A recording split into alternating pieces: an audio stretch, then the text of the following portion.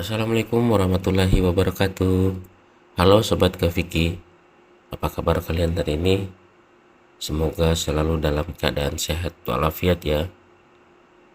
Pada kesempatan kali ini saya akan menceritakan sebuah cerita horor dengan judul Desa Angker.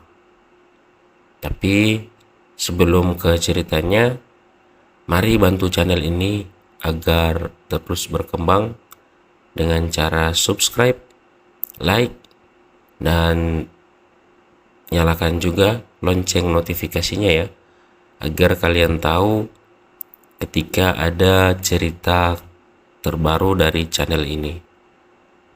Tidak perlu berlama-lama lagi, kita langsung ke ceritanya.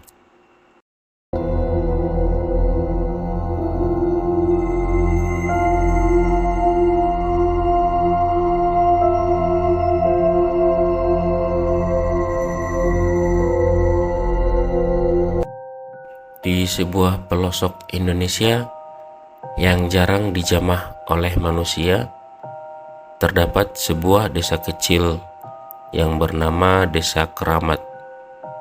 Desa ini sudah ada sejak ratusan tahun yang lalu dan menjadi tempat tinggal bagi keturunan leluhur yang sakti mandraguna. Keberadaan Desa Keramat terkesan damai dan tentram pada siang hari, namun berubah menjadi menakutkan ketika malam tiba, terutama saat bulan purnama bersinar terang di langit. Desa ini menyimpan berbagai kisah kelam yang membuat siapapun yang mendengarnya merasa merinding. Salah satu kisah yang paling terkenal adalah tentang Nenek Sari, seorang dukun yang sangat dihormati dan ditakuti oleh penduduk desa. Nenek Sari dikenal memiliki kemampuan untuk berkomunikasi dengan arwah leluhur dan sering dimintai bantuan oleh penduduk desa untuk berbagai keperluan, mulai dari penyembuhan penyakit hingga perlindungan rumah dari gangguan makhluk halus. Namun, di balik kesaktiannya, Nenek Sari menyimpan rahasia gelap yang hanya diketahui oleh segelintir orang. Konon, dia pernah membuat perjanjian dengan makhluk halus untuk mendapatkan kekuatan yang lebih besar. Perjanjian tersebut mengharuskan dia untuk mengorbankan satu jiwa setiap bulan purnama. Jiwa-jiwa yang dikorbankan ini adalah penduduk desa yang dipilih secara acak, biasanya anak-anak yang masih suci dan polos. Pada suatu malam ketika bulan purnama sedang bersinar terang, seorang anak kecil bernama Budi hilang dari rumahnya. Keluarganya yang panik segera mengumpulkan seluruh penduduk desa untuk mencari Budi. Pencarian dilakukan hingga ke hutan di sekitar desa, namun tidak membuahkan hasil. Malam semakin larut dan suasana menjadi semakin mencekam, dengan suara-suara aneh yang mulai terdengar dari dalam hutan. Suara tersebut seperti tangisan anak kecil yang merintih kesakitan. Penduduk desa yang ketakutan segera berkumpul di rumah kepala desa. Mereka memutuskan untuk menemui Nenek Sari dan meminta bantuannya. Namun, ketika mereka tiba di rumah Nenek Sari, mereka menemukan sesuatu yang sangat mengejutkan. Nenek Sari ditemukan tewas dengan mata terbuka lebar dan wajah penuh ketakutan. Di sekelilingnya terdapat lingkaran garam dan berbagai macam sesajen yang berserakan. Kematian Nenek Sari membuat penduduk desa semakin ketakutan. Mereka percaya bahwa Nenek Sari telah melanggar perjanjian dengan makhluk halus, sehingga dia dibunuh oleh makhluk tersebut. Sejak saat itu, setiap bulan purnama, suara tangisan anak kecil selalu terdengar dari hutan. Penduduk desa percaya bahwa itu adalah roh Budi yang gentayangan, mencari jalan untuk kembali ke rumahnya. Beberapa tahun kemudian, seorang peneliti supernatural bernama Andi datang ke Desa Keramat. Dia tertarik dengan cerita-cerita mistis yang beredar di desa tersebut dan ingin mencari tahu kebenarannya. Andi adalah seorang skeptis yang tidak mudah percaya dengan hal-hal gaib. Dia membawa berbagai peralatan modern untuk mendokumentasikan fenomena yang terjadi di desa tersebut. Pada malam bulan purnama, Andi memasang kamera dan alat perekam suara di berbagai sudut desa, terutama di sekitar hutan tempat suara tangisan sering terdengar. Dia juga memasang sensor gerak dan alat pendeteksi medan elektromagnetik untuk menangkap aktivitas yang tidak biasa. Dengan penuh semangat, Andi menunggu malam tiba. Saat bulan purnama mulai naik, suasana di desa berubah drastis. Suara tangisan anak kecil mulai terdengar, mengiris malam yang sunyi. Andi dengan segera memeriksa alat-alatnya dan menemukan bahwa semua alatnya menangkap aktivitas yang tidak biasa. Kamera-kamera menangkap bayangan-bayangan aneh yang bergerak cepat, sementara alat perekam suara menangkap suara tangisan dan bisikan-bisikan misterius. Andi memutuskan untuk mengikuti suara tersebut ke dalam hutan. Dengan berbekal senter dan keberanian, dia melangkah masuk ke dalam kegelapan. Semakin dalam dia masuk ke hutan, semakin jelas suara tangisan itu terdengar. Tiba-tiba, dia merasakan kehadiran sesuatu yang dingin menyentuhnya. Senter yang dia bawa tiba-tiba padam, dan suasana menjadi gelap gulita. Dalam kegelapan, Andi merasakan ada yang menarik tangannya. Dia berusaha melawan, namun kekuatannya tidak sebanding dengan makhluk tersebut. Ketika dia merasakan pingsan, tiba-tiba dia mendengar suara lembut seorang anak kecil yang memanggil namanya. "Pak Andi, tolong saya," suara itu berkata. Andi yang terkejut segera membuka matanya. Di depannya, dia melihat sosok Budi yang sedang menangis. Budi menceritakan bahwa dia terperangkap di dunia antara karena roh nenek Sari yang jahat masih menguasai desa ini. Budi meminta bantuan Andi untuk membebaskan roh-roh yang terperangkap tersebut. Dengan keberanian yang tersisa, Andi mengikuti petunjuk Budi dan melakukan ritual pemurnian di tempat nenek Sari dulu melakukan perjanjian dengan makhluk halus. Dia menggunakan sesajen dan mantra yang dia pelajari dari penduduk desa. Setelah ritual selesai, suasana di hutan menjadi tenang. Suara tangisan hilang, dan Budi mengucapkan terima kasih sebelum menghilang. Andi kembali ke desa dengan membawa kabar baik. Dia menceritakan pengalamannya kepada penduduk desa dan menunjukkan rekaman-rekaman yang dia dapatkan. Penduduk desa merasa lega dan bersyukur karena roh Budi dan roh-roh lainnya telah dibebaskan. Mereka memutuskan untuk menghormati jasa Andi dengan menjadikannya tamu kehormatan setiap kali mereka mengadakan ritual adat. Sejak saat itu, desa Keramat menjadi lebih tenang. Meskipun cerita tentang nenek Sari dan perjanjiannya dengan makhluk halus tetap menjadi legenda yang diceritakan turun-temurun. Penduduk desa tidak lagi merasa ketakutan setiap kali bulan purnama tiba. Mereka percaya bahwa leluhur mereka kini telah beristirahat dengan tenang dan desa mereka selalu dalam perlindungan. Namun, setiap kali bulan purnama datang, penduduk desa tetap melakukan ritual adat sebagai tanda penghormatan kepada leluhur dan sebagai pengingat akan kisah kelam yang pernah terjadi di desa Keramat. Tahun berganti dan Andi terus melakukan penelitian mendalam tentang desa Keramat. Dia menemukan catatan-catatan kuno yang mengungkap lebih banyak tentang masa lalu desa tersebut. Catatan-catatan ini menunjukkan bahwa perjanjian dengan makhluk halus bukanlah hal yang langka di masa lalu. Banyak desa lain yang juga membuat perjanjian serupa untuk mendapatkan kekuatan atau kemakmuran. Namun, Desa Keramat memiliki sejarah yang lebih gelap. Konon leluhur mereka adalah pahlawan yang berjuang melawan penjajah dengan bantuan makhluk-makhluk gaib. Mereka berhasil mengusir penjajah, tetapi dengan harga yang mahal. Setelah kemerdekaan, leluhur mereka merasa bersalah karena telah menggunakan kekuatan gelap. Sebagai penebusan dosa, mereka membuat perjanjian dengan makhluk halus untuk menjaga keturunan mereka.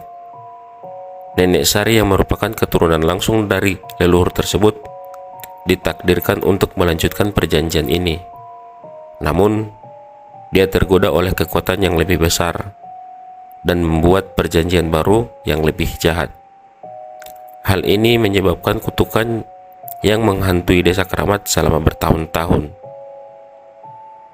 Andi dengan bantuan beberapa penduduk desa berhasil menemukan lokasi asli tempat leluhur mereka melakukan perjanjian pertama kali. Tempat ini berada di dalam hutan yang sangat lebat dan penuh dengan energi gaib. Mereka menemukan sebuah altar kuno yang tertutup lumut dan tanaman liar. Di altar tersebut terdapat berbagai simbol kuno dan sesajen yang sudah lapuk dimakan waktu. Dengan bantuan seorang dukun muda yang memiliki pengetahuan tentang tradisi leluhur, Andi melakukan ritual pemurnian di altar kuno tersebut. Mereka memohon pengampunan dari roh-roh leluhur dan memutuskan perjanjian dengan makhluk halus. Setelah ritual selesai, mereka merasakan energi yang berbeda. Suasana di hutan menjadi lebih ringan dan damai. Penduduk desa yang mengikuti upacara tersebut merasakan perubahan yang sama. Mereka percaya bahwa kutukan yang menghantui desa mereka selama bertahun-tahun akhirnya telah terangkat. Untuk pertama kalinya dalam sejarah desa, bulan purnama berikutnya tiba tanpa adanya suara tangisan atau gangguan gaib. Andi yang telah menjadi bagian dari desa tersebut memutuskan untuk tinggal di Desa Keramat dan melanjutkan penelitiannya tentang tradisi leluhur dan fenomena supranatural. Dia menjadi penghubung antara dunia modern dan tradisi kuno, membantu penduduk desa memahami dan menjaga warisan budaya mereka. Kisah tentang Nenek Sari dan Desa Keramat menjadi legenda yang terus diceritakan turun-temurun. Beberapa tahun setelah Andi menetap di Desa Keramat, desa itu telah menjadi terkenal karena sejarah dan misteri yang menyelimutinya. Wisatawan dan peneliti dari berbagai penjuru dunia datang untuk mempelajari lebih dalam tentang tradisi dan fenomena supranatural di desa tersebut. Salah satu peneliti baru yang datang adalah Dr. Maya, seorang antropolog yang tertarik dengan kisah-kisah mistis dan budaya leluhur. Dr. Maya adalah seorang wanita cerdas dan berdedikasi, dengan minat yang kuat dan pada tradisi kuno dan bagaimana mereka berinteraksi dengan dunia modern. Dia mendengar tentang Desa Keramat dari artikel dan dokumentasi yang ditulis oleh Andi, dan dia merasa tertarik untuk menyelidiki lebih jauh. Dengan peralatan modern dan pengetahuan mendalam tentang antropologi, Dr. Maya memutuskan untuk tinggal di desa tersebut selama beberapa bulan. Saat Dr. Maya tiba di Desa Keramat, dia disambut hangat oleh penduduk desa dan Andi. Mereka menunjukkan tempat-tempat bersejarah dan memperkenalkannya pada ritual adat yang masih dijalankan. Dr. Maya sangat terkesan dengan acara penduduk desa menjaga tradisi mereka dan menghormati leluhur mereka. Namun, semakin dalam Dr. Maya menyelidiki, semakin banyak hal aneh yang ditemukan. Salah satu penemuan yang paling mengejutkan adalah ketika dia menemukan catatan kuno yang lebih tua dari yang pernah ditemukan sebelumnya. Catatan ini mengungkapkan bahwa Desa Keramat sebenarnya didirikan di atas tanah keramat yang sangat sakral, yang konon merupakan tempat pertemuan antara dunia manusia dan dunia gaib. Catatan tersebut juga menyebutkan adanya penjaga gerbang, makhluk gaib yang bertugas menjaga keseimbangan antara dua dunia. Penjaga gerbang ini memiliki kekuatan besar dan hanya bisa dihubungi melalui ritual tertentu yang sangat rumit dan berbahaya. Dr. Maya merasa bahwa dia telah menemukan kunci untuk memahami lebih dalam tentang sejarah Desa Kramat dan misteri yang menyelimutinya. Pada malam hari setelah menemukan catatan tersebut, Dr. Maya mengalami mimpi buruk. Dalam mimpinya, dia melihat sosok penjaga gerbang yang menatapnya dengan mata yang menyala. Sosok itu berbicara dalam bahasa kuno yang sulit dipahami, tetapi Dr. Maya merasakan ancaman yang kuat dalam setiap kata-katanya. Setiap kali dia terbangun dari mimpi tersebut, Dr. Maya merasa ada sesuatu yang mengawasinya. Dia mulai merasa cemas dan takut, tetapi dia juga merasa terdorong untuk mengetahui lebih banyak. Dia memutuskan untuk berkonsultasi dengan Andi dan dukun desa, berharap mereka bisa memberikan petunjuk tentang arti dari mimpinya itu. Andi dan dukun desa, Pak Raden, mendengarkan dengan seksama cerita Dr. Maya tentang mimpi buruknya dan penemuannya tentang penjaga gerbang.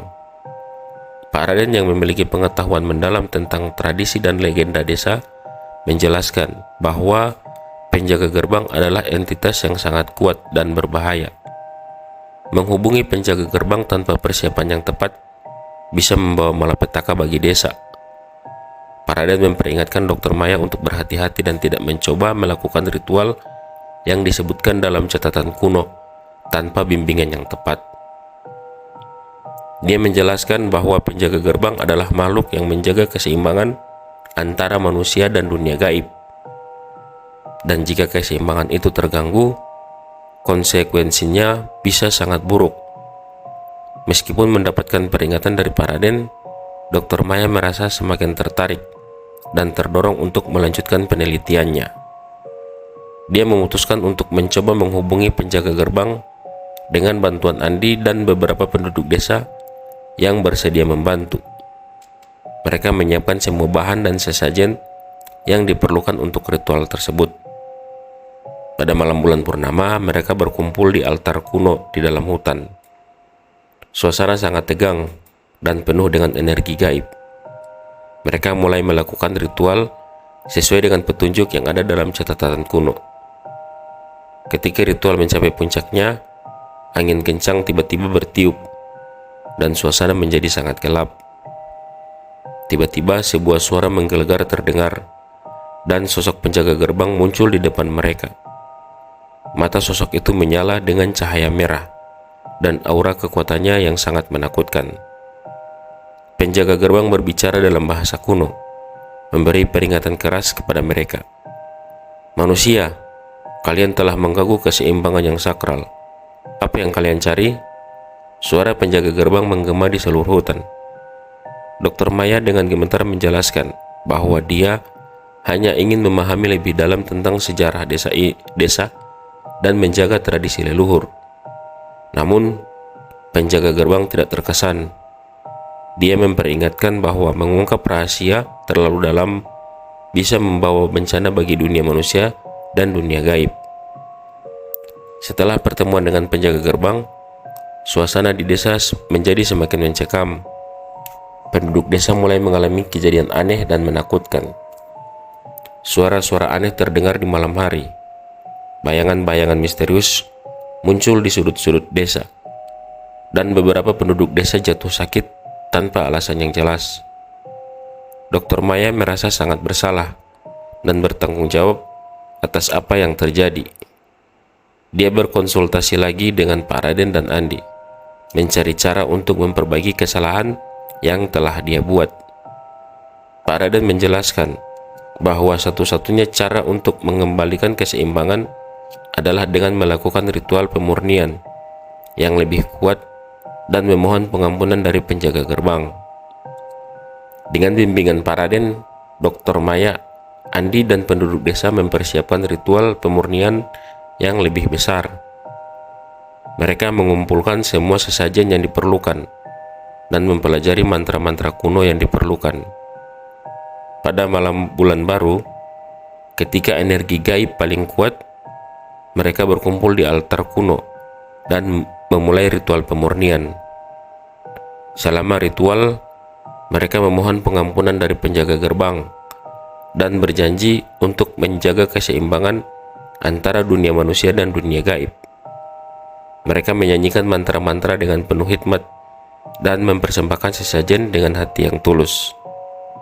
Setelah beberapa jam, suasana mulai berubah. Angin kencang mereda dan suasana menjadi tenang. Sosok penjaga gerbang muncul kembali, tapi kali ini dengan aura yang lebih damai. Dia menerima permohonan mereka dan memberikan berkat untuk mengembalikan keseimbangan. Penjaga gerbang mengingatkan mereka untuk selalu menghormati tradisi dan menjaga keseimbangan antara dua dunia. Setelah ritual pemurnian selesai, suasana di desa Keramat perlahan kembali normal. Kejadian aneh dan menakutkan berhenti, dan penduduk desa mulai merasa tenang kembali. Dr. Maya merasa lega dan berterima kasih kepada Pak Raden, Andi, dan penduduk desa atas dukungan mereka.